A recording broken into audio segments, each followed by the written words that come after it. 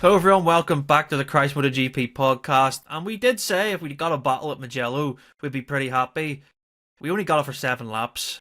And as I said at the end of the last podcast, it'll probably be Marc Marquez winning. It was that. And yeah, we're here to discuss the weekend in total, where it was pretty historic for Marquez, taking his 100th pole position and his 93rd Grand Prix win at the place, like I said in the last podcast, where he took his first Grand Prix win. Joining me, Jordan Morland, is Pete McLaren, and a new face for some of you. It's Alex Whitworth. You might see his name on our website. He does the World Superbike coverage along with MotoGP and a little bit of road racing as well. Gents, here to talk about it. This weekend for Marc Marquez was just, I think, the defining weekend of his season so far. Pete, he came into Mugello saying that damage limitation was the thing. He was trying to ride within himself to not lose too many points to his brother and Pecco, and it turns out that his championship lead is now up to 40 points and 110 points over his teammate Pecco. It was just pretty much flawless, wasn't it? It was, yeah. As you say, he didn't outwardly sound confident going into the weekend, a bit like Qatar, and then yet again it emerges with a double win.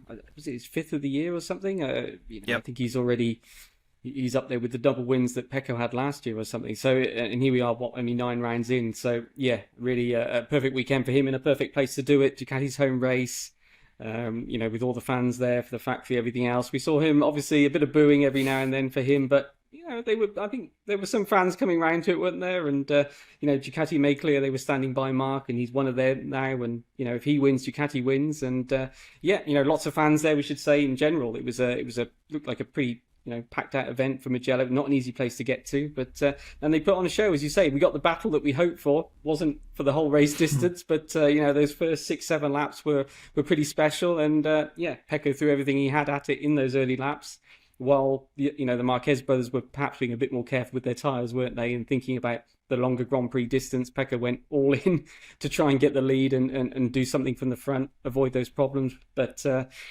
front end problems came back, and really he was struggling, wasn't he? And didn't even finish on the podium. I think it was a bitter weekend for Pecco, really, in that regard. He said, didn't he, on Thursday, that if he wasn't competitive here, then it's a problem, because he is just so good around Mugello, and ultimately, finishing 4th was a big disappointment for him.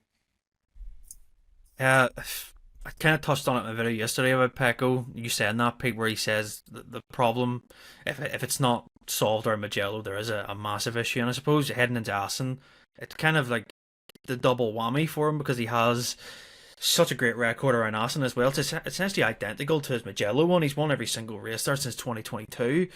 And it's like, you just kind of think, what's the problem? Because did Gian Antonio then gets the podium, he's on the GP25 or whatever that bike is, and Alex Marquez is ahead of him, and then Marc's ahead of him. That's 3 GP23 riders from last year who are beating him, and it's like, what's the actual issue here? Is it now a case of mentally for Pecco, this is just it? Because Ducati said they're seeing the data, he's the same rider, but it's up to them to try and help. But there's only so much they can do, can't they? Because Marc's winning every race now. It's that weird balancing act they have. Yeah, I mean, to use Pecco's words, it's strange, isn't it? But I suppose coming back to rewinding to the start of the weekend, the big thing that he was lacking was those bigger brake discs, which it seemed made a difference in Aragon. Now, he couldn't run them at Mugello because there's not so much hard braking. It sounds a bit weird to say that about the fastest straight of the year, doesn't it? But it's only one braking zone at Mugello, and then the rest of it is fast and flowing. So they kind of couldn't get enough heat for the bigger 355mm discs. So they had to run the standard one. So he's back to the normal setup, if you like, in that regard. Still seemed, at the start of the weekend, fairly optimistic that they might have found some other things that would help from the Aragon test. But in reality, once the tyre wear went down, he's drifting wide. He can't get close enough to the bike in front, and it is perplexing almost that it's almost half the year in, and it's the same problem.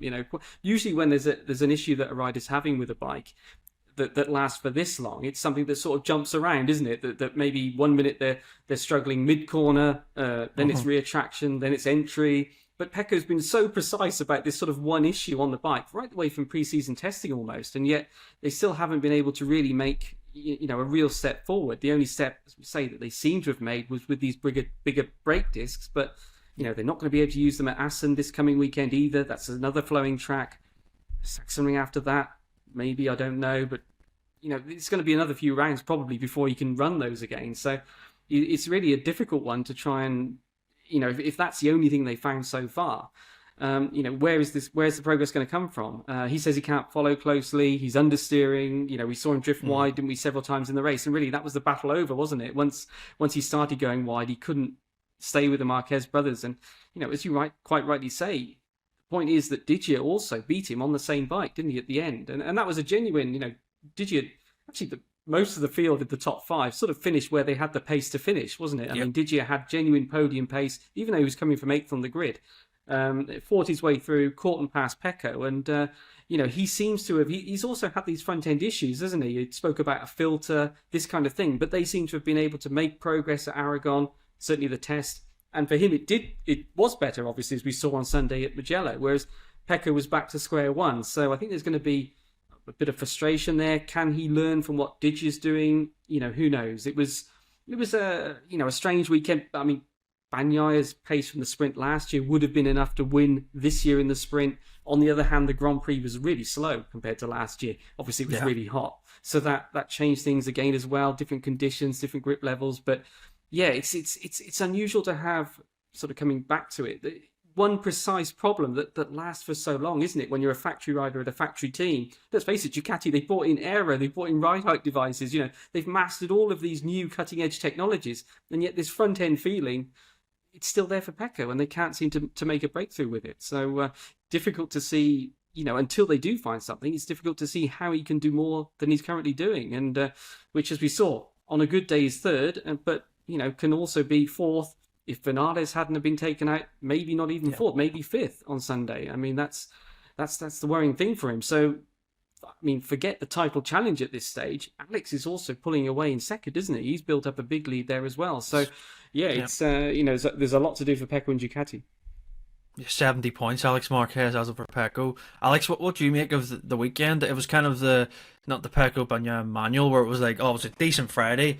Then there's a bit, there's the problem in the sprint, and then for the first 7 laps, as Pete says, it was like, geez, he's really giving this something here to try and do something different. But then he cooked his tires, didn't he? And the front end moment that he had at the last corner, it was something that I think in his head went, right, that's it, I can't do any more now. And then you've seen the Marquez is put away. How does he kind of reset heading into Assen this weekend? Yeah, I mean, coming into the Mugello Assen back-to-back, it was almost like going into the Qatar Jerez portion of the season, where it was like, this is where, after 3 tracks that suited Marc, these are 2 tracks that can suit Pecco. And okay, Pecco was on the podium in Jerez and Marc crashed, but like realistically, if Marc finished that race, he probably would have beat Bagnaia. Then it was the same here in Mugello, where coming in, it's like, if he's going to challenge Marc anywhere, it's going to be here, because like his record that Mugello was talked about so much coming into the weekend and through the weekend. So with wins in the last 5 starts there, so and his qualifying was really good. Like, he was within like half a tenth of Marc. So you're thinking, okay, maybe this is going to be an actual step. Maybe like the progress he found in Aragon is going to translate, even though we can't run those bigger discs like you mentioned, Pete. But just the same problem in the race. And as you mentioned, it's like it's the same issue he's mentioned all season. It's also a similar issue to what he mentioned in 24 when he's crashing and he doesn't understand why. Similar issue with 23 when he's saying in Texas, like, I crashed and because the bike's too good or whatever, because I can't feel the front. And it's like, it's almost like it's the same issue, but for whatever reason, he's not able to get the same performance out of it when he does have the confidence to push. Like, he doesn't have the confidence to push. So, and that makes him even weaker, because you put him in a battle, he doesn't feel like he can push on the front.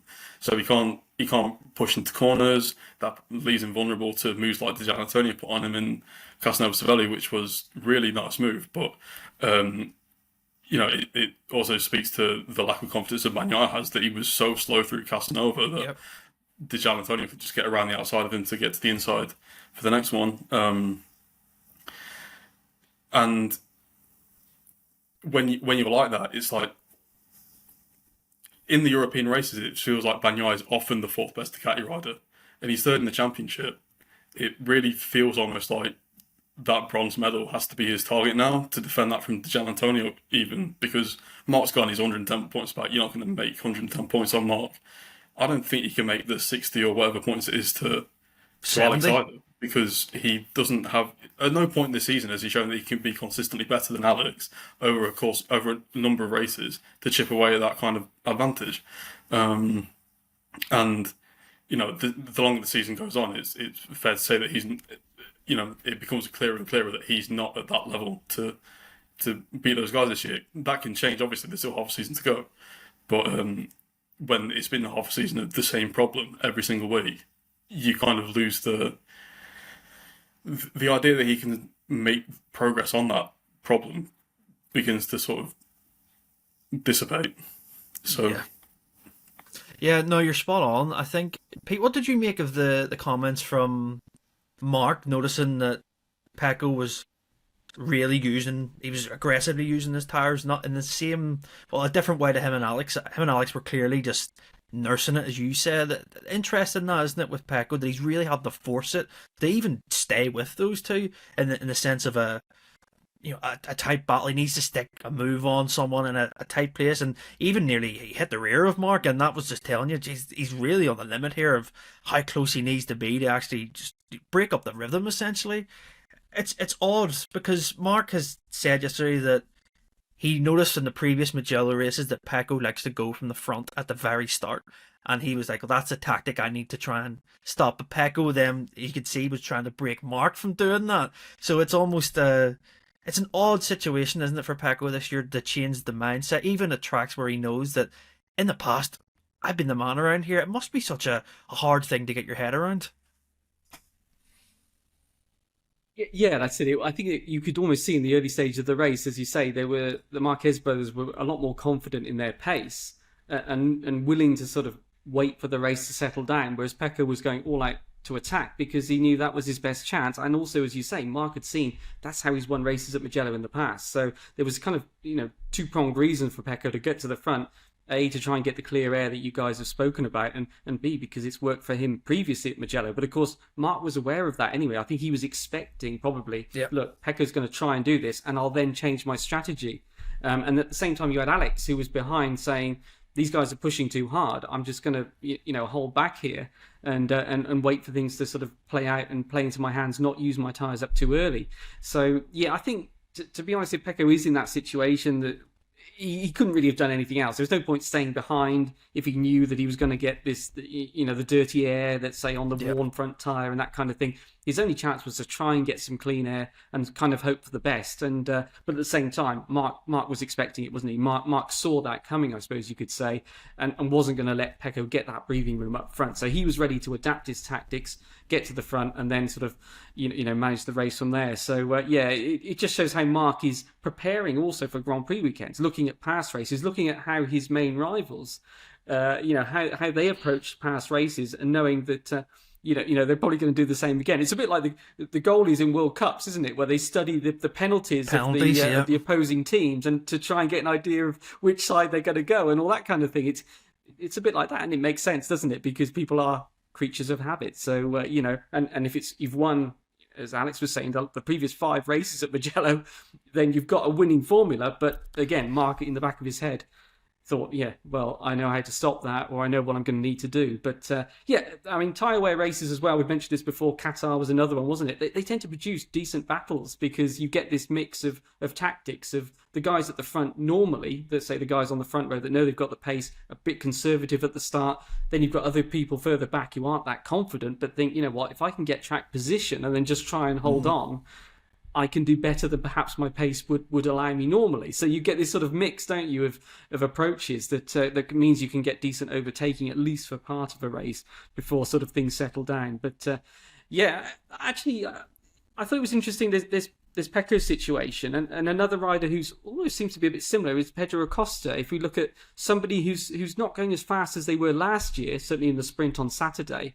and somebody who's also looking at last year's bike and saying, I can't do what I was doing on the bike a year ago. Acosta is similar in that regard, isn't he? He's saying, well, I want to be able to do the braking, the corner entry that I was doing on the KTM last year. I'm not able to do it, and we've got Bagnaia also in that situation. So there's two guys that really we expected more from, I think, this year, who have similar problems and are also looking sort of over their shoulder at last year's bikes and saying, can I have that back again, please? Yeah, I actually didn't think of it like that, Pete. I can imagine Acosta's looking at Maverick going, what are you doing that's different to what I've done last year? It's honestly a really good point. I didn't think of it like that. In terms of, let's look at a 24 rider, for Alex Marquez's case. Another second place, well, 2 second places over the weekend, but he came under some criticism from people saying that he races his brother different. But Pecco Bagnaia did say yesterday he races the Academy riders in a similar way. He gives them space. This is obviously Mark and Alex racing each other, people saying that he doesn't put up a fight with his brother.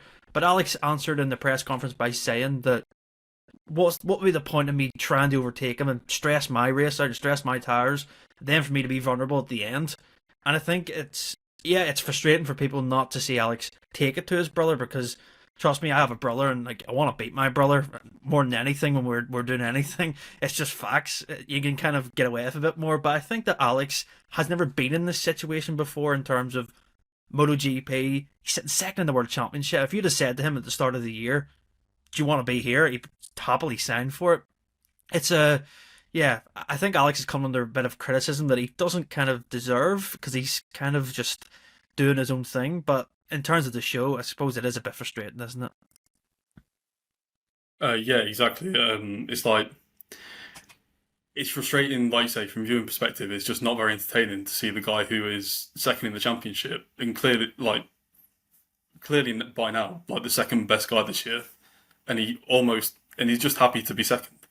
And like you say, he's not been in that situation before, so it's understandable. And also, he's realistic about the abilities of Mark. He's seen it his whole life, and he's grown up with it his whole career of seeing Mark and riding with Mark and knowing how good Mark is. So it's really understandable for him to be thinking, about points, because if clearly he wants to win the World Championship, he's a MotoGP rider.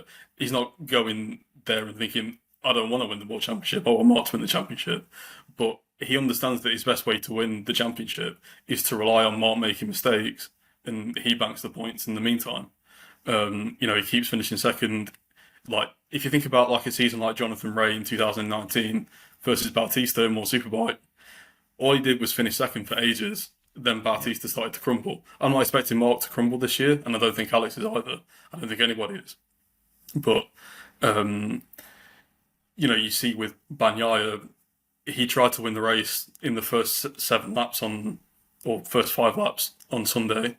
It was exciting to watch. It was very entertaining, but it wasn't the right decision in terms of points.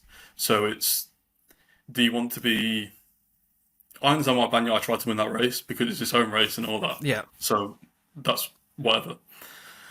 But from a points perspective, Alex is doing the right thing, and it's frustrating to watch. It really is frustrating to watch. And at some point, Mark's going to win the championship, and you're going to have the second place guy in the championship who's celebrating with him, having just beaten him in the championship. It's going to be really, really weird. But I mean, you just have to respect what Alex is doing. He's made such a big step from last year, and he's really making the most of the GP24. Even Bagnaia says that when he looks at Alex's data, he sees what he was doing last year. So what Alex is doing is, it's comparable to what the two guys who were fighting for the title last year were doing. It's just that, now you've got Mark on the GP25 and Marc Marquez is Marc Marquez, so it's pretty difficult. Frustrating to watch Alex Marquez, but absolutely totally understandable the approach that he has, because it's getting him points, and it's probably, at this point, looking like it's going to net him at least a silver medal in the World Championship, and that's pretty valuable for him. So, yeah, absolutely. I think that there's the point that Alex makes there, Pete, about Pecco sees what Alex is doing on the 24. My question to you is, I think that Alex has this thing over Pecco now, where Alex can just send it on him, and he hasn't beat. Like, every overtake, Pecco can't respond to him. He can't get close to him. And I think that must be the most frustrating thing with Pecco, because he's like, I was doing this last year. Why can't I do it now? But like, Alex has this thing now. We've seen it repeatedly this season. He has Pecco's number. I think the only time that he hasn't beat him was what, Coda? Really? You can think about it in the Grand Prix. But like, surely Alex Marquez thinks, wow, I've got the measure of a factory Ducati rider who was the runner-up in one of the most Grand Prix last year on the same bike. It must be a real confidence-boosting thing for Alex to have that this season. Yeah, exactly, and it's a huge achievement, isn't it? I mean, who would have imagined it just a year ago or something? If someone had said that Alex would be this many points ahead of Pecco at this stage of the season, I think Alex has already smashed his season best points total after 9 rounds. I mean, and we're not even at the halfway stage yet. So he's just having an amazing season. But it is interesting, as Alex brings up there, the sort of shifting perceptions, isn't it? If you were a year ago, this would have been a fantastic result, finishing second at Mugello, and yet because of the amazing season he's had, it's well, yeah, but could you? There's one place more that you could get, isn't it? And it's the natural consequence of being moving up the ladder in the results, is that people then expect or look towards winning. I think I have sympathy for Alex. I think he's doing he's doing way beyond what people expected. I think, for this stage of the season as well, I think points are important at this stage of the season. I think as we get towards the end of the season, maybe the championship is over, or maybe he's in a even more secure place in second. Then I would expect him to throw a bit more caution to the wind, if you like, in terms of racing Marc, and I think that'd be understandable. But let's flip it around the other way and say, what if he'd have gone way over his head to try and keep up with Marc on Sunday and had fallen and had thrown those points away, and people would have said, well, come on. I mean, realistically, it's going to be such a big task for you to beat Marc Marquez, your brother, on the factory bike and everything else. What you're doing is incredible. Just lock this down first. Get as many points as you can. We also know that Alex has got one eye on the fact that we're saying, look, it's been a long time that Pecco's had these problems, but that the GP25 will get better. So he's expecting that there's going to, that inevitably new parts will come along, the bike will get even stronger. Even if Pecco still has the front end problems, other areas of the bike will get even better. And so he's expecting maybe more of a challenge later on in the year. So I think now is the time to just grab the points when you can. We saw it at Silverstone as well. Maybe that played on his mind. When he was the favourite going into the race, wasn't it? Down he went at the first corner. Did that also play a factor of don't throw it away when you have a good chance? But I will say, I think he did look disappointed on Sunday. I think he knew that this was one of the few tracks, Assen maybe next weekend as well, where he had a chance of really taking it to Marc. And actually, he looked, to me anyway, he looked disappointed that Marc really had more than I think Alex expected in that race. And he did have it in control more than Alex thought. When Alex took the lead and he pushed for a bit, I don't think he thought that Marc would be able to reel him in that quickly, overtake him, and then pull away. And I think, I honestly think that he did expect to be able to put up more of a fight. But when he realised he couldn't, it was okay. Take the points. We're having a fantastic season. But yeah, let's hope that we do see more battles between them. As I say, certainly towards the end of the year when maybe they've got, the championship has been decided one way or the other and they're a bit more freer to race, should we say. Yeah, it's spot on. I think with Alex Marquez, I think it's like the point that Alex makes about the whole, he's seen it his whole career. He knows what his brother can do. And it's like, yesterday, as you say, Pete, you could sense that Alex was like, man, how did he do that sort of thing? How did he beat me there? Because I thought I had the pace. And even in the early part of the race, where I think it was like lap 3 where he took the lead, Alex, he put like 4 attempts on Pecco and Marc, and I thought, oh, here we go, Alex is going to actually go here and pull the pin. But then Marc gets into that Sunday Marquez mode. It's almost like there was this thing in golf for years with Tiger Woods. There was Sunday Tiger, where like he was completely different, and like you're like, how did he do that? He hasn't done this for the last 3 days. Marc was kind of like that on yesterday, where it's like, yeah, I could tell when he was getting in the battle, and he loves when a scrap happens, Marc Marquez, that's where he becomes Marc Marquez. He enjoys when others are kind of roughing him up, and he enjoys the fight, and I could tell he was just watching, he was calculating, right, this is fine now, I know where the bike is, I've managed the front tire in the early part of the race, and yeah, Alex just kind of got got a lesson that many people have got down the years. I think yesterday, it's just true, and it's hard for him to accept that. But I think securing second in the championship is his goal. I think if Grassini had said to him, "We think you can get into the top three at the start of this year," they'd be like, "That's the main objective," because they know what Mark can do, obviously from last year. And yeah, I think Alex is doing a spot on job. I would like to see him maybe in the next few rounds just have a go at Mark somewhere. Be great at Sachsenring. I said at the start of the year in our preview pod, I'd love to see them have a fight around the Sachsenring. That would be pretty good. But yeah, he's fighting someone who's just better than everyone, and I think he's on the best machinery. He's doing the best that he can, and yeah, second in the championship is his goal. Right, I've delayed it long enough. I want to talk about this Morbidelli incident with Vinales. Alex, I'll start with you. Frankie Morbidelli's came under a lot of heat this year for riding slowly on the line. He get caught up in incidents with Lisa Spargaro. In terms of entertainment value, the arguments that him and Espargaro have been very fun. Even yesterday on Twitter, Mr. Espargaro was poking fun at Morbidelli. But it was arguably Vinales' race at that point. It was shaping up to be a very good one. I think he had podium pace. And for Frankie to do that and essentially just get one long lap penalty, yes, he made it a double long lap because he just missed the first one. But is there something that needs to be said for Morbidelli's mentality sometimes with these moves? He kind of has a reputation now, and you've seen it with a few other riders, that they think that he's a bit of a liability at times, and it's just not good for other people's races, is it? When things like this happen. Yeah, exactly. It's like if you like the off-track drama, then Morbidelli's great because he's going to give you something most weekends. On the other hand, it's like he seems to have if like on the worst side of it, maybe like a lack of respect or awareness of like the riders around him. On the other side, he makes miscalculation. If you look at it in a better way, he continues to make miscalculations and misjudgments. And Vinales said that he apologized to him afterwards, and Vinales was accepting of that. But like it's not an isolated incident; it's something that's kind of repeated by Morbidelli.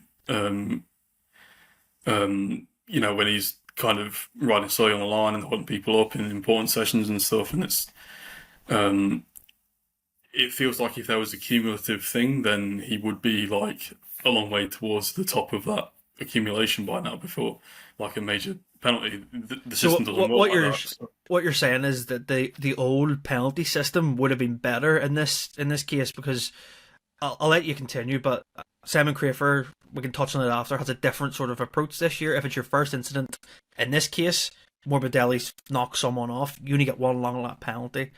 I tend to agree with the older system, the penalty point system. He would have probably a pit lane start by now, wouldn't he, Alex?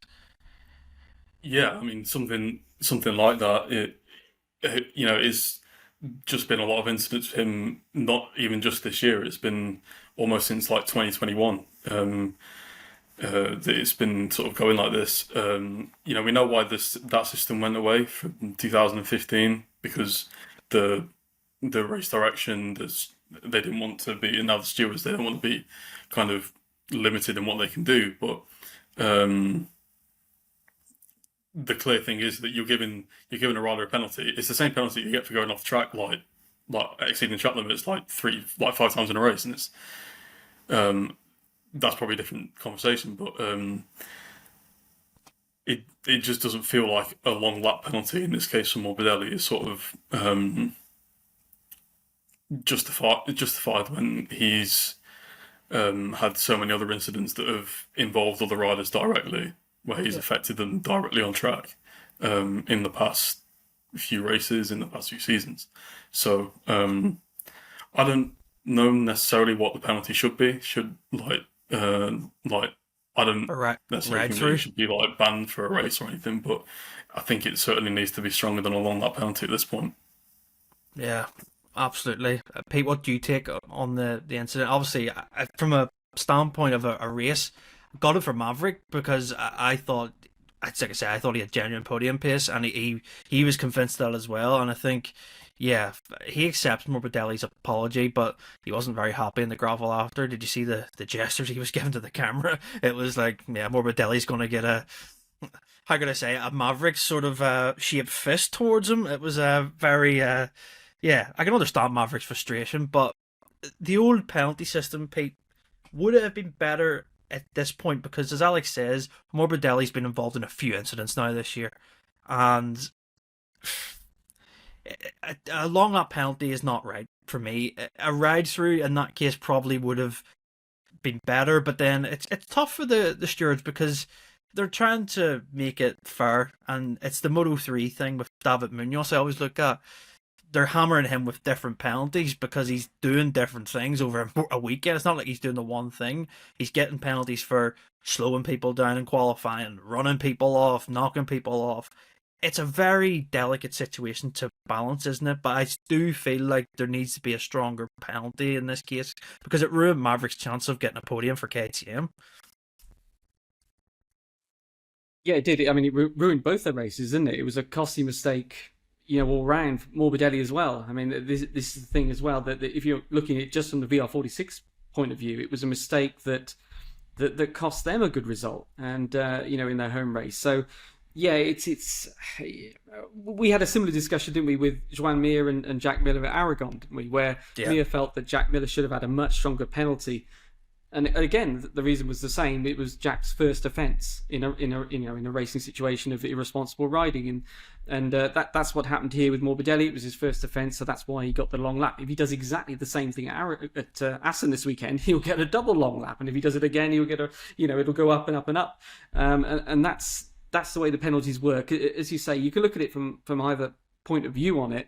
I think the sort of the overall philosophy is that, stuff happens when you ride bikes. Everyone makes a mistake at some stage that someone else ends up paying a price for. The point is, at what point do you make too many of those mistakes? And what we're seeing is that the first time you do it, you get the lower punishment, and then it goes up from there. That being said, if you do something that's really that ends with multiple riders injured on the opening lap or something, it would go straight to a much harsher penalty. So it's not an absolute, if whatever you do, you're only going to get a single long lap. It does depend on the severity of the incident. Maverick fortunately wasn't injured, and in fairness to Frank, he said that was the most important thing as well, on the day, was that he wasn't injured. But it did undoubtedly ruin his race. I mean, there were probably two riders who were out of position, if you like, in terms of not getting the result that they deserved from their pace, and that was Vinales and Aldeguer. Vinales was on podium pace. Earlier on, was it 7-8 laps in? So we don't know how it would have panned out, but potentially he could have been ahead of Bagnaia. He could have been fighting with Digia for the place on the podium. Aldeguer, as we saw, ran off and lost 15, 18 seconds or something, which would have put him in the top six. And if he'd have actually been in the top six, he might have got sucked along and again been in the podium fight. So those were the two guys that really lost out as far as what their pace was on Sunday. But yeah, penalty-wise, I don't know. I mean, you can look at it the other way and say, well, if you have a system where you just combine every penalty, you can have things that are nothing to do with on-track racing that actually end up putting someone at the back of the grid or something, and say, well, that's a bit over the top, and but it's just accumulation of very, very minor infringements that ends up ruining someone's race. Should that be the case or not? Honestly, every situation is different, isn't it? And that's the trouble. You're never going to agree on the punishments because there's no two incidents that are alike. But we know that this is the situation as it is now, is that the penalties ramp up. You see it in the messages, don't you? You see first offence. That's there for a reason. That they're making clear that was a factor. Two factors is the number of offences you've had that are the same infringement, in this case irresponsible riding, and also where it is in the race. If you do something in the early laps, they come down a lot harder on you because the bikes are a lot closer. So if you cause an incident when on lap one, when there's lots of bikes around, there's a much higher chance of a rider being hit by following bikes or bringing down loads of other riders. So they tend to be more heavy on that. Likewise, we know last lap of the race, they're going to allow a bit more banging and barging, aren't they? Yeah. So those are the kind of two I don't know what you call it, mitigating factors, is the number of times you've made a similar mistake and sort of where it is in the race. And the riders all know the situation. I think that's how it is. let's see. But certainly, if Morbidelli, as you say, he gave himself a double long lap anyway, so I suppose in that sense, it's academic to say what he should have got. True. But certainly, if he did exactly the same thing again this next weekend, he will get a harsher penalty. Yeah, good point. I think I'm looking at it more from the F1 point of view. They kind of adopted the MotoGP penalty system, and like Max Verstappen, I think, is like 1 or 2 points away from being race banned. I mean, and I get the point that you say, Pete. It's over minor things. Like it's an accumulation over I think it's a 24-month period, so 2 years, and it resets then. And it's like Verstappen's got penalties for like, I think one of them's like speeding in the pit lane, or like during practice you get like a point for doing that, and it's like, I mean, how does that then contribute to something that he done in a race against George Russell, where it's like that's like 3 points or 2 points already on top of it? Yeah, it's that thing that Alex touched on with 2015. Rossi kind of got the penalty in Valencia for the Marquez stuff only because he got a penalty point for slowing down Lorenzo or infringing Lorenzo in Misano, and it was so minor when you look at it. So I take both sides of it. It's just in the point of view of the race, I'm looking at like, geez, I want to see Maverick up there fighting these Ducatis because it's like something different, and I think that's the kind of point that I just kind of, it's a bit shit for Maverick in that sense. Absolutely, and I suppose the bottom line is, no matter what punishment Morbidelli got, Maverick's race was over, and that's what we're all disappointed about, isn't it? Unfortunately, whatever he got is not going to put Maverick back in that race, and that's a great shame because, as you say, he could have got that. KTM's still waiting for that podium, aren't they? That he was stripped of in Qatar. He had a real chance of it. So, yeah. But let's see. He sounded confident, and he said that he was saving tyres, etc. That wasn't pushing too hard. So, Assen, he goes well at Assen. So let's see if he can bounce back this weekend. I hope he does, and it's just like I say, it's different seeing other bikes up there. So it is. Alex, let's talk about. I think Fabio Quartararo had his Friday was pretty chaotic, to be fair. That second practice session, he says he didn't dislocate his shoulder. He was getting the airbag put down. Now he's clarified that, but he still had some issues with his shoulder. You could see that, and he qualified on 4th. And I thought, geez, he's doing really good things on that Yamaha, but the weekend just kind of went down from there, expectation-wise. Struggled a lot, so they did. Multiple issues, it seems. How do you think Yamaha are going to bounce back? Because we've seen this last year. This is kind of the issue they had. But the previous races, he's been so good. I hope it's just a minor thing, because Assen on paper should be good for Quartararo and Yamaha, shouldn't it? Yeah, exactly. I think it hurts. It makes Silverstone hurt even more that, like, what happened there when these two races, Aragon and Mugello, have been so much worse. Quartararo admitted on Sunday that it was some physical issue that had held him back. Similar complaints to last year about the bike feeling really heavy, which was a bit alarming to hear those complaints coming back when they hadn't really been there this season. But then, it was almost like an opposite to last year in how they performed on the weekend, because you had him and Rins both in Q2 and Quartararo on the second row, but then just no race pace at all in sprint or GP. Complaining about chatter in the sprint, and then tire drop off, and they were the only ones that were reportedly considering the medium rear tyre on Sunday morning for the GP, and it's a bit concerning that they seem to be so far off on tyre degradation on a circuit which is not suited them in recent years when they've lost some of their handling characteristics, but they seem to have regained some of those, but they're still struggling for tyre life at a circuit like Mugello, where you think about 2022, they were fine, and it just says 23. Yeah, it's been exactly. It's been the opposite. And it's just a bit alarming when a track which clearly suits the bike, they're not able to make the tyre last. So when they do have the potential, maybe it's the temperature thing, because in Silverstone they didn't seem to be so.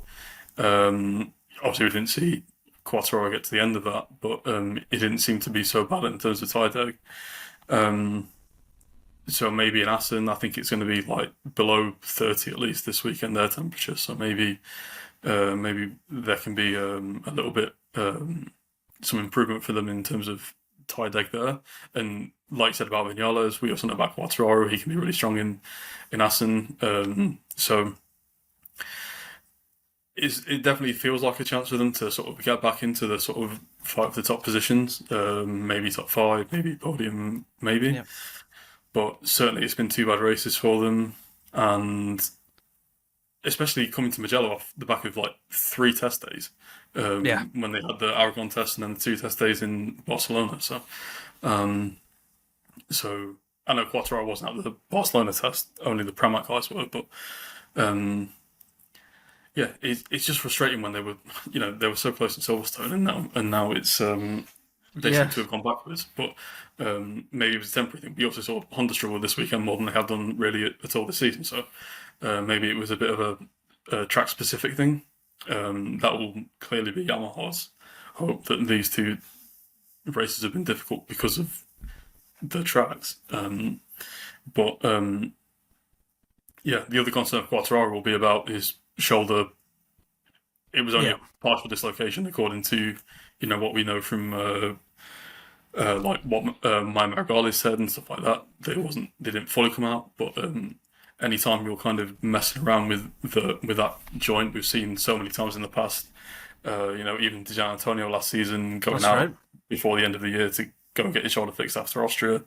Back in like 2016, and obviously Rossi had his issue in 2010 with his shoulder. So, shoulder injuries are nothing new in bike racing, but Marc Marquez is the prime example of that. Just a sicko the way he is, the way he just dislocated it and then put it back in and goes out and wins a race. You're like, geez, is this normal? Or like, because you make the point there, it's like, what the hell is this guy even doing? Thinking back on it, just ridiculous, really, isn't it? Yeah. So for Quartararo, you just worry a little bit that the shoulder partial dislocation that he had in that crash on Friday afternoon. Maybe it develops into something worse where that shoulder becomes weaker and weaker. Which, given the progression that Yamaha has made, maybe they become a factory that can win races next year, and then maybe he's a rider who can't take that chance because he's on the sidelines because he's destroyed his shoulder. And that's obviously thinking far down the line and making many assumptions, but you just hope that it will be it will be fine, and he'll be able to, continue racing without too much limitation from that. So, yeah, I think I'm right in saying he had a partial dislocation of his shoulder in 2019 at the Sachsenring Christ. I remember. I just had to go back and look. I think he had something similar, so I think he should be okay. I don't know which shoulder it was at the Sachsenring in 2019, but he did do something very similar, like he done at Mugello. So I think he'll be fine. It's just more of I kind of understand now why he was so emotional after Silverstone, because it's not like, as you say, Yamaha or like Ducati, where they can consistently just be like, oh, the next race will probably win that. It's like you can really see, wow, like the drop to Aragon to Mugello, you hope that they get back there sort of thing. But like, yeah, I can understand why he got so tearful and emotional over it now. But yeah, we'll see what happens with them at Assen. It's been a good track for them in the past, and I think that there's a growing sense that Fabio should do okay, because like I say, his qualifying was pretty ridiculous around Mugello anyway to get it inside the top 5, so I think you can pull something out there.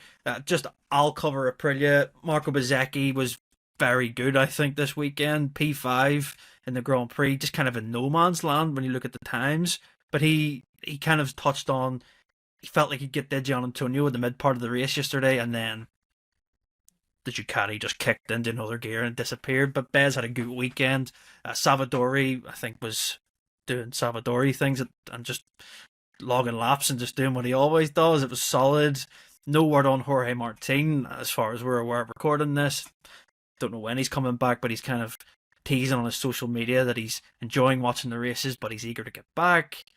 And yeah, I think I've covered a lot there, and I think that the disappointing rider of the weekend for me, I don't want to say because he's won a race this year, Johan Zarco again, Pete. Another really unlucky weekend, to be honest. I think, the incident he had with Binder and stuff in the sprint, and then, crashing out of the Grand Prix. is it a concern that Zarco's had kind of back-to-back bad weekends in MotoGP, or do you think he'll bounce back? I think it's definitely a concern for him. Yeah, I think he was hoping that Aragon was a bit of a one-off, wasn't he? And that okay, just for whatever reason didn't suit him, and that they could pick up where they left off at a different track. As Mugello is very different. Unfortunately, not. Yeah, same problems again, wasn't it? Really, all the Hondas. I suppose with the top speed weakness, it was always going to be a challenge. Certainly in some of the sectors. But yeah, it was a tough one for them, and for Zarco, I think Zarco even suggested that they should use Mugello as a test track in the future for Honda to work on sort of these problems with the bike. The trouble is that when you pick a unique track, it then might not always work at other tracks. Usually for a test track, you want something that's sort of a general all-round circuit, something like a Sepang or an Aragon maybe.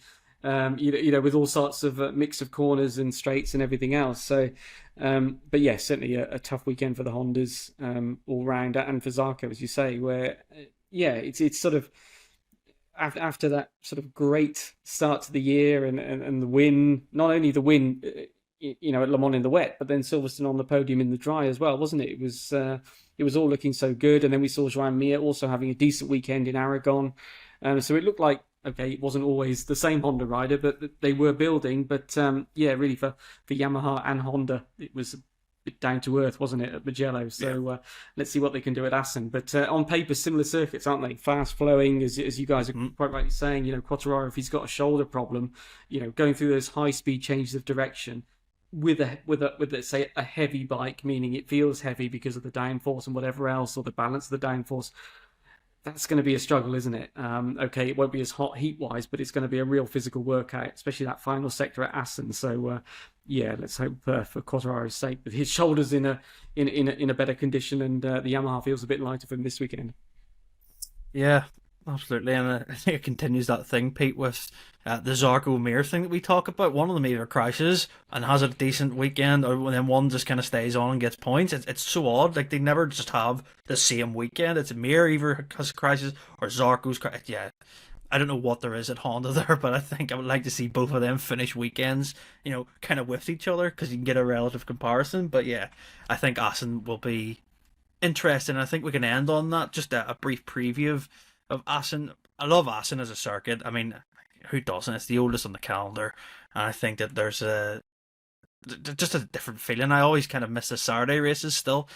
Growing up, it was always kind of it was like the cool thing. Oh, MotoGP's on a Saturday, it's great sort of thing. I think Bagnaia, Marquez, Alex Marquez, Di Gianantonio. Now you could look at Bezzecchi, even could be a wild card in this weekend. I think that he's obviously very strong. I think.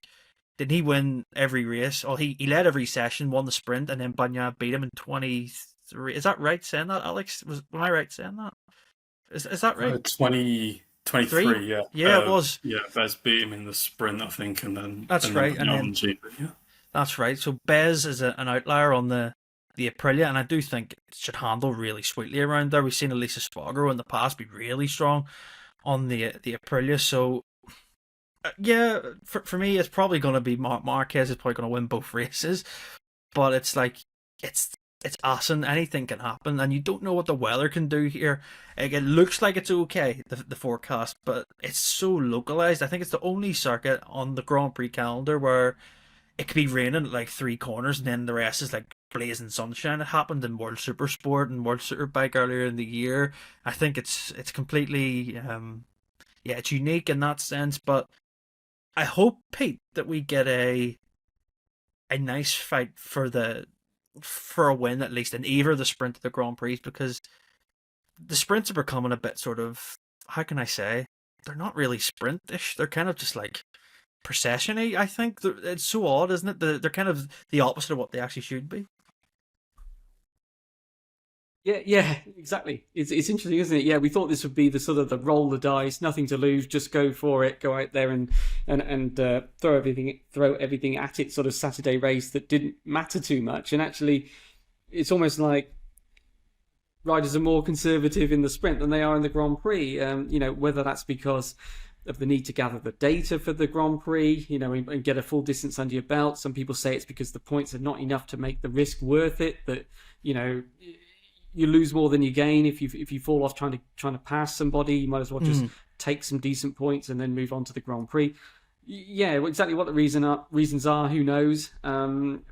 We've said it before. Personally, I'd like to see different grids. I'd like to see, not the same grid twice, because I think that also adds to the predictability of the Grand Prix. If people are starting from exactly the same place, it gives them a second chance with the launch control and everything, which came up on Sunday, I suppose we should say, with Mark. But it just gives them, if you're starting from exactly the same place on the grid twice, you're going to make a decent start, aren't you? And we see less unpredictable starts and position changes going into turn one than perhaps we used to in the past, which also adds to everyone just being in a bit of a possession. But as you say, let's hope we see something dramatic at race-wise, certainly in terms of battles at Assen.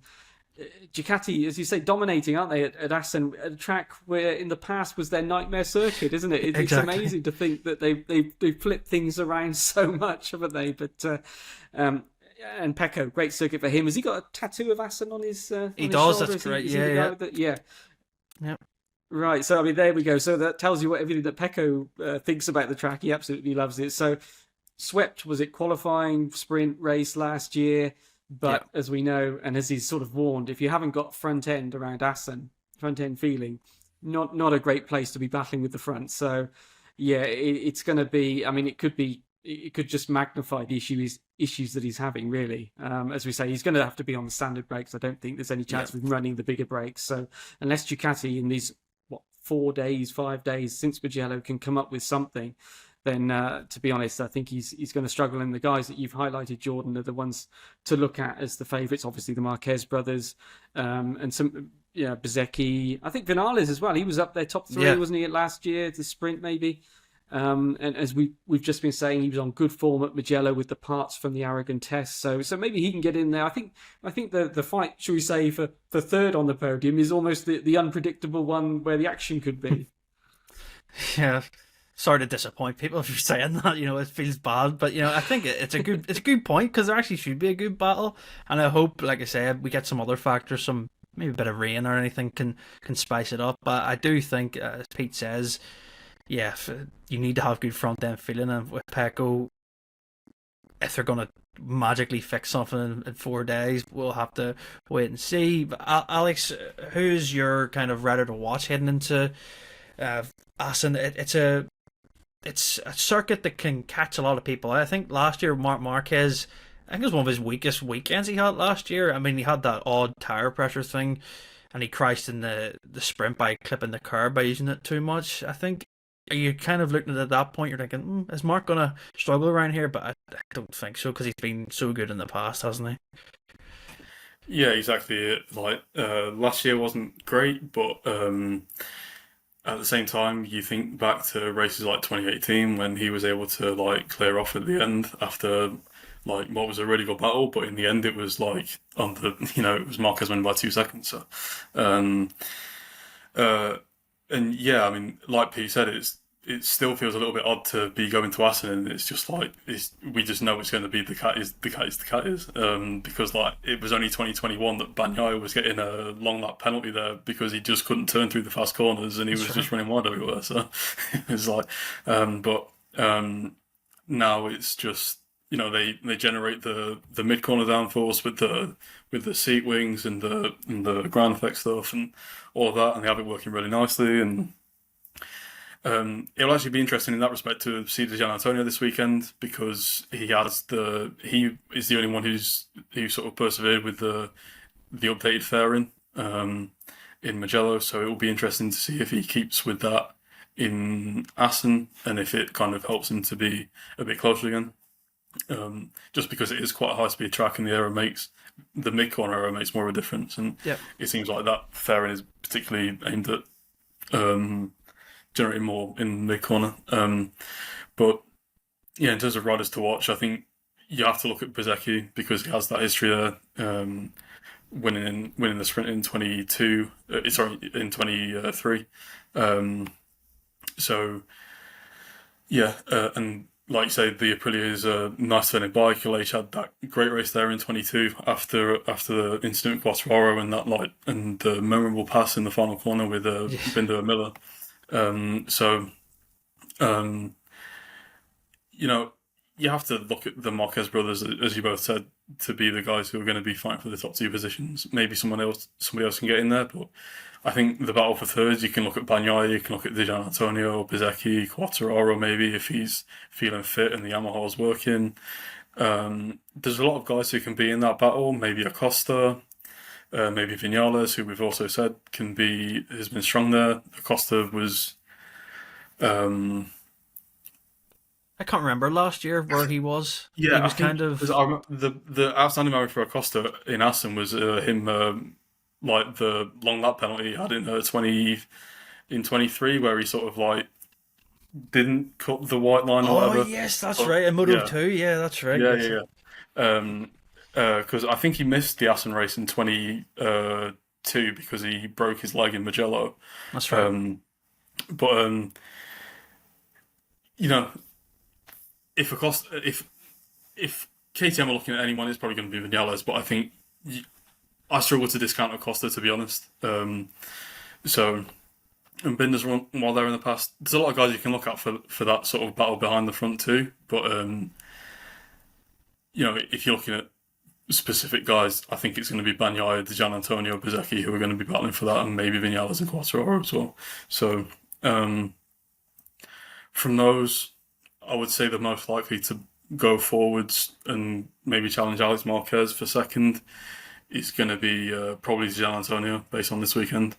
But at the same time, he's gone up and down a lot this season, so maybe not. So it's going to be an interesting weekend. The weather can always play its part in Assen. It's almost like when F1 goes to Spa, they always talk about how unpredictable the weather can be, and this is our kind of version of that in MotoGP. So, and I think it's going to be another really difficult weekend for Bagnaia, because I think it's going to be another weekend where he goes to a track that he really likes and he's going to get kind of beat quite bad. So, it's easily said, isn't it? It's harsh. It's just how this year is going. So, based on this year, you have to say that he's probably going to get beat this weekend, and it's going to be tough to take. So, yeah, well, I hope that he can.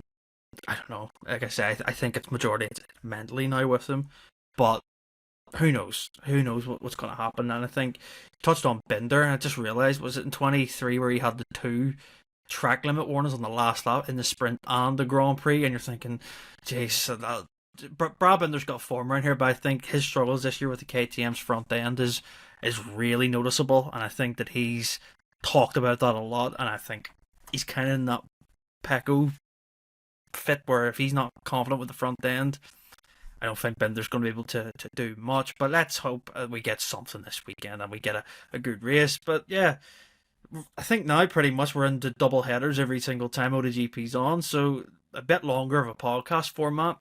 Thanks to Alex for coming on. Thanks to you, Pete, for coming on as always. Yeah, we'll be back next week for, I think was a review and then a week off. Yeah, so we get a week off and then we enter another double header with Germany and Hungary. Yeah, Marc Marquez unassailable in the lead of the championship. No matter what happens in Assen, he will lead the World Championship. If he DNFs in both races, he'll still have a championship lead. So just keep that in mind. Marc is starting to build his tally up, and let's see what happens in the weekends at the Dutch Grand Prix. If you enjoyed this episode, like and subscribe if you're watching on YouTube. Leave your comments on what you thought of the Mugello weekends, and leave your predictions for Assen. Same for on Apple and Spotify. You know the drill. 5-star review. I think I'm going to get that tattooed on me somewhere. I always say it, so it's always there. 5-star review. Get a wee QR code maybe on my t-shirt, and maybe people can just scan it and use it. But yeah, leave a nice review. It's always greatly appreciated. And we'll see you next time. Take care.